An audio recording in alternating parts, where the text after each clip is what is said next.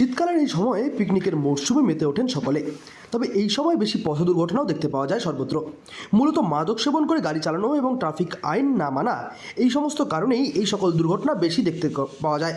তবে এই দুর্ঘটনা রুখতে সবসময় তৎপরতার সঙ্গে কাজ করে চলেছে ট্রাফিক পুলিশের কর্মকর্তারা, যার ফলে কোচবিহারের বিভিন্ন জায়গায় নাকা চেকিং থেকে শুরু করে রোড সেফটি অ্যাওয়ারনেসের বিভিন্ন ক্যাম্পেইনিং দেখতে পাওয়া যায়।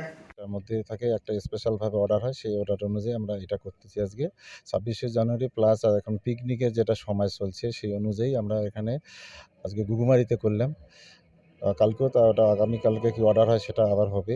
তো এখানে আমরা মেনুত দেখি সেটা হচ্ছে যে যারা হেলমেট ছাড়া চলতেছে বা উইদাউট কাগজ ফেল বা কোনো গোপনভাবে কোনো মানে আর্টিকেলস নিয়ে যাইতেছে, সেটাকেও আমরা চেক করি। ডিগ্রি বা লাইসেন্সপত্র যা আছে সমস্ত কিছু দেখি। তবে সাধারণ মানুষকেও অনেকটা বেশি সচেতন থাকা প্রয়োজন, না হলে এই ধরনের পথ দুর্ঘটনা কমানো সম্ভব হবে না। প্রত্যেকটি মৃত্যুই বেদনাদায়ক।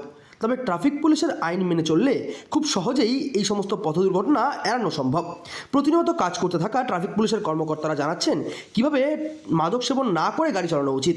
এছাড়াও রয়েছে বিভিন্ন ট্রাফিক সেফটির আইন, যেমন হেলমেট পরে বাইক চালানো উচিত, এছাড়াও সিট বেল্ট লাগিয়ে গাড়ি চালানো উচিত।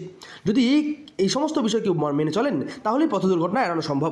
পিকনিকের মরশুম কম বেশি নেশায় আসক্ত তো এখন হ্যাঁ, সেটা যদি পাই সেটা আমরা দেখতেছি। তো যেহেতু মানে আজকে মোট কথা ঠান্ডা হচ্ছে মৌসুম, মানে রাস্তায় যে পথ দুর্ঘটনা হচ্ছে সমানে সেটাকে নিয়ন্ত্রণে রাখার জন্য আপনারা প্রতিনিয়ত চেষ্টা করতেছি। সিকিউরিটি যেভাবে ইনস্ট্রাকশন দিচ্ছে বা অর্ডার দিচ্ছে সেইভাবে করতেছি। প্রতিদিন আপনাদের কিছু না কিছু নিয়ম থাকতেছে আর প্রতিদিনে আমরা করে যাইতেছি এটাকে।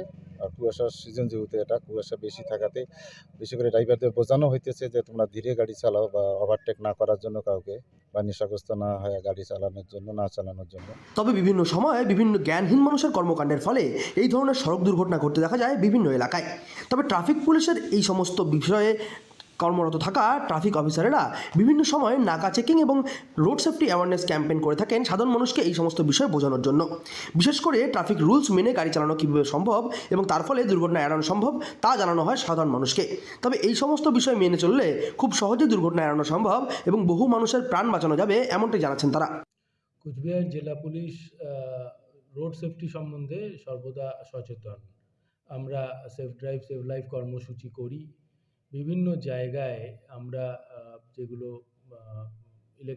ইলেকট্রনিক যে ট্রাফিক সিগন্যাল এগুলো আমরা স্থাপন করছি। আপনারা জানেন খাগড়াবাড়িতে কিছুদিন আগে, তুফানগঞ্জে, আবার বিভিন্ন ক্রসিংয়ে কয়েকদিন আগে আমরা উত্তরবঙ্গ কৃষি বিশ্ববিদ্যালয়ের যে ব্যস্ত মোড় সেখানেও এই স্বয়ংক্রিয় ট্রাফিক সিগন্যাল ব্যবস্থা আমরা প্রত্যয়ন করেছি।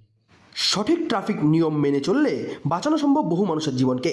কোচবিহার থেকে সার্থক পণ্ডিতের রিপোর্ট, লোকাল 18 বাংলা।